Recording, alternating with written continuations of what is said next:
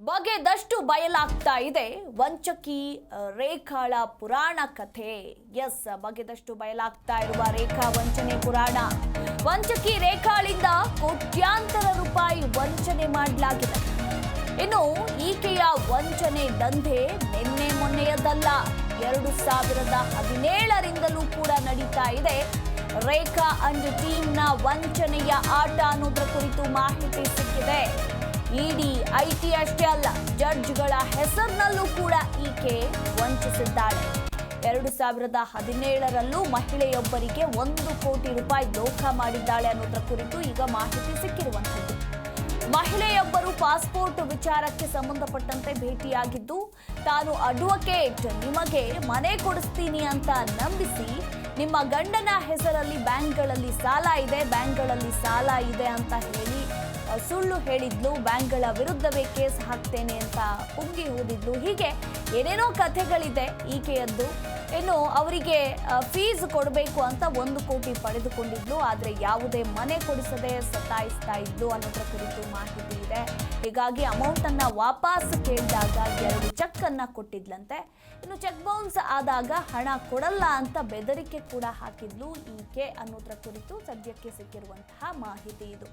ಅಂದ್ರೆ ಈ ವಂಚನೆಯ ದಂಧೆ ಇದೆಯಲ್ಲ, ರೇಖಾ ಅಂಡ್ ಟೀಮ್ನ ವಂಚನೆಯ ದಂಧೆ, ಅದು ಇವತ್ತು ನಿನ್ನೆ ಮೊನ್ನೆದಲ್ಲ, ಸುಮಾರು ವರ್ಷಗಳಿಂದ ನಡೆದುಕೊಂಡು ಬರ್ತಾ ಇರೋದು. ಈಗ 2017ರಲ್ಲಿ ಮಹಿಳೆಯೊಬ್ಬರಿಗೆ ಬರೋಬ್ಬರಿ 1 ಕೋಟಿ ರೂಪಾಯಿ ದೋಖ ಮಾಡಿರುವ ಘಟನೆ ಕೂಡ ಬೆಳಕಿಗೆ ಬಂದಿರುವಂಥದ್ದು. ಅದಕ್ಕೂ ಹಿಂದೆ ಇನ್ನೂ ಎಷ್ಟು ದೋಖ ಮಾಡಿದ್ಲೋ, ಇನ್ನು ಅಲ್ಲಿಂದ ಇಲ್ಲಿವರೆಗೂ ಎಷ್ಟು ಜನರಿಗೆ ಯಾಮಾರಿಸಿದ್ದಾಳೆ, ಎಷ್ಟು ಕೋಟಿ ಹಣವನ್ನು ಪೀಕಿದ್ದಾಳೆ ಅನ್ನೋ ಪ್ರಶ್ನೆಗಳಂತೂ ಮೂಡಿ ಬರ್ತಾ ಇದೆ. ಸದ್ಯಕ್ಕೆ ಈಗ ಸಿಸಿಬಿ ಪೊಲೀಸರ ಅತಿಥಿ ಆಗಿರುವ ರೇಖಾ ಅಂಡ್ ಆಕೆಯ ಪತಿಯ ವಿಚಾರಣೆ ಕೂಡ ನಡೀತಾ ಇದ್ದು, ಈ ಸದ್ಯಕ್ಕೆ ಈಗ ಮತ್ತೊಂದು ಅಪ್ಡೇಟ್ ಸಿಕ್ಕಿರುವಂಥದ್ದು. ಅಂದರೆ ಬಗೆದಷ್ಟು ಬಯಲಾಗ್ತಾ ಇದೆ ಈಕೆಯ ವಂಚನೆಯ ಪುರಾಣ ಕಥೆಗಳು.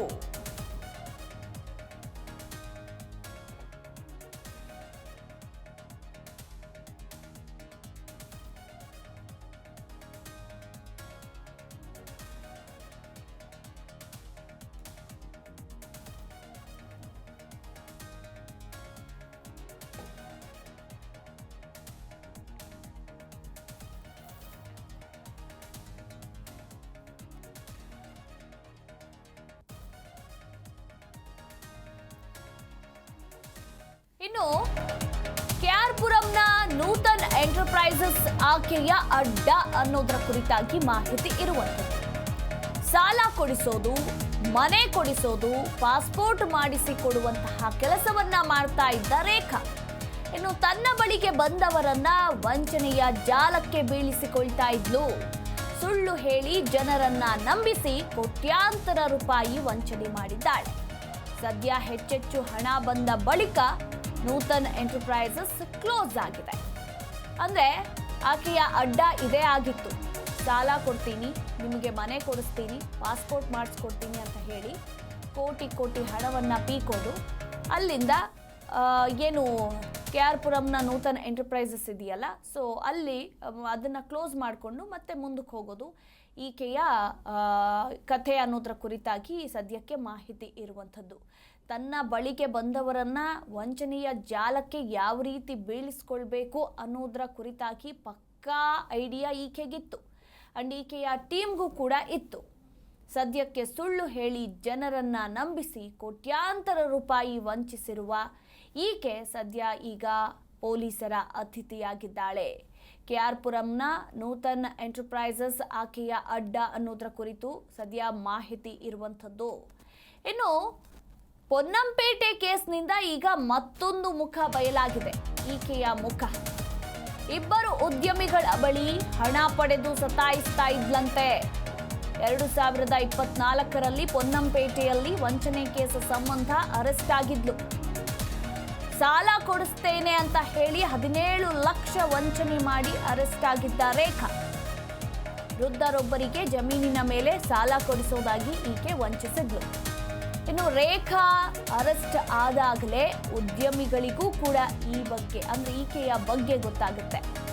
ಬೆಂಗಳೂರು ಸಿಸಿಬಿಗೆ ದೂರು ನೀಡ್ತಾರೆ ಆಗ ಉದ್ಯಮಿಗಳು. ನೋಡಿ, 2024ರಲ್ಲಿ ಪೊನ್ನಂಪೇಟೆಯಲ್ಲಿ ವಂಚನೆ ಕೇಸ್ ಸಂಬಂಧ ರೇಖಾಳ ಬಂಧನವಾಗುತ್ತೆ. ಇನ್ನು ಯಾವಾಗ ಬಂಧನವಾಗುತ್ತೋ ಆ ಸಂದರ್ಭದಲ್ಲಿ ಈಕೆಯ ಅಸಲಿ ಮುಖ ಉದ್ಯಮಿಗಳಿಗೂ ಕೂಡ ಗೊತ್ತಾಗುತ್ತೆ. ಆಗ ಉದ್ಯಮಿಗಳು ಬೆಂಗಳೂರು ಸಿಸಿಬಿಗೆ ದೂರನ್ನು ಕೊಡ್ತಾರೆ. ಈಕೆಯ ಕೆಲಸನೇ ನಾನು ಅಡ್ವೊಕೇಟ್, ನಿಮಗೆ ಮನೆ ಕೊಡಿಸ್ತೀನಿ, ಹಾಗೆ ಬ್ಯಾಂಕ್ಗಳಲ್ಲಿ ಸಾಲ ಕೊಡಿಸ್ತೀನಿ, ಇನ್ನು ಏನು ಬೇರೆ ಬೇರೆ ವಿಚಾರಕ್ಕೆ ಸಂಬಂಧಪಟ್ಟಂತೆ ಪಾಸ್ಪೋರ್ಟ್ ಮಾಡಿಸ್ಕೊಡ್ತೀನಿ ಅಂತ ಹೇಳಿ ಕೋಟಿ ಕೋಟಿ ವಂಚನೆ ಮಾಡೋದು ಈಕೆಯ ಕೆಲಸ ಆಗಿತ್ತು.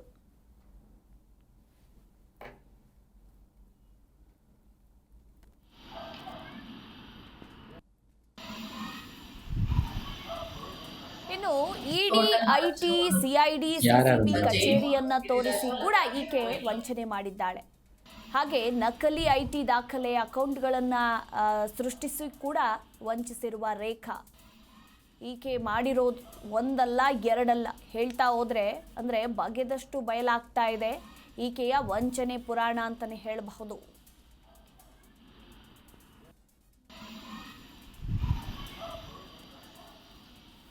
ಟೋಟಲ್ 4 ಜನ ಓನರ್.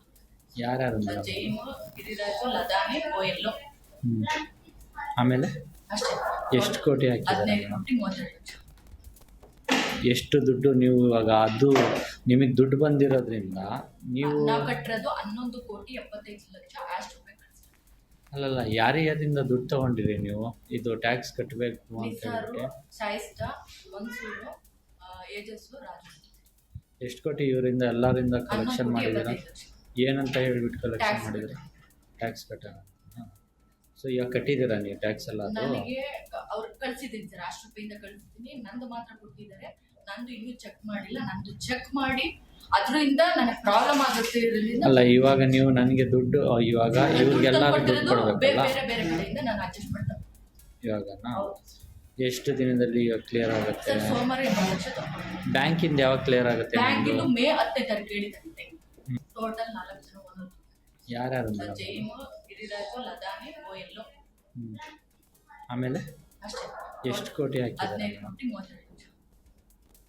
ಎಷ್ಟು ದುಡ್ಡು ನೀವು ಇವಾಗ ಅದು ನಿಮಗೆ ದುಡ್ಡು ಬಂದಿರೋದ್ರಿಂದ ನೀವು ನಾವು ಕಟ್ಟಿರೋದು 11 ಕೋಟಿ 75 ಲಕ್ಷ ಅಷ್ಟು ರೂಪಾಯಿ ಕಳಿಸಿ. ಅಲ್ಲಲ್ಲ, ಯಾರ್ಯಾರಿಂದ ದುಡ್ಡು ತಗೊಂಡಿರಿ ನೀವು? ಇದು ಟ್ಯಾಕ್ಸ್ ಕಟ್ಟಬೇಕು ಅಂತ ಹೇಳ್ಬಿಟ್ಟು. ಸಾಯಿಸ್ಟ, ಮನ್ಸೂರು, ಏಜಸ್ಸು, ರಾಜು. ಎಷ್ಟು ಕೋಟಿ ಇವರಿಂದ ಎಲ್ಲರಿಂದ ಕಲೆಕ್ಷನ್ 11 ಕೋಟಿ ಮಾಡಿದ್ದೀರಾ? 75 ಲಕ್ಷ. ಏನಂತ ಹೇಳ್ಬಿಟ್ಟು ಕಲೆಕ್ಷನ್ ಮಾಡಿದ್ರೆ? ಟ್ಯಾಕ್ಸ್ ಕಟ್ಟೋಣ. ಸೊ ಈಗ ಕಟ್ಟಿದ್ದೀರಾ ನೀವು ಟ್ಯಾಕ್ಸ್ ಎಲ್ಲ? ಅದು ನನಗೆ ಅವ್ರು ಕಳ್ಸಿದ್ದೀನಿ ಸರ್, ಅಷ್ಟು ರೂಪಾಯಿಂದ ಕಳಿಸಿದ್ದೀನಿ. ನಂದು ಮಾತ್ರ ಕೊಟ್ಟಿದ್ದಾರೆ, ನಂದು ಇನ್ನೂ ಚೆಕ್ ಮಾಡಿಲ್ಲ. ನಂದು ಚೆಕ್ ಮಾಡಿ ಅದರಿಂದ ನನಗೆ ಪ್ರಾಬ್ಲಮ್ ಆಗುತ್ತೆ ಇರೋದ್ರಿಂದ. ಅಲ್ಲ, ಇವಾಗ ನೀವು ನನಗೆ ದುಡ್ಡು ಇವಾಗ ಇವ್ರಿಗೆಲ್ಲ ದುಡ್ಡು ಕೊಡಬೇಕು. ಜಿ ಕನ್ನಡ ನ್ಯೂಸ್ ಈಗ ನಿಮ್ಮ ಮನೆಯಲ್ಲೇ ನೋಡಿ.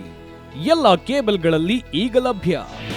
ನಿಮ್ಮ ನೆಚ್ಚಿನ ಜಿ ಕನ್ನಡ ನ್ಯೂಸ್ ಈಗ ಸನ್ ಡೈರೆಕ್ಟ್ ನಲ್ಲಿ number 292, Tata play number 1664, Jio TV number 1334, NXT digital number 30, in cable number 30, city networks 51, U digital number 162, GTPL number 17, Rockline telecommunications number 42, Shri Basaveshwara cable number 168, rural cable network 60, Vinayaka digital 57, Abhishek cable 821, city channel 53, Siddeshwara cable network 57, ವಿ4 digital infotech 628, Surya digital networks 53, Gajanan digital number 836, Malnad infotech private limited number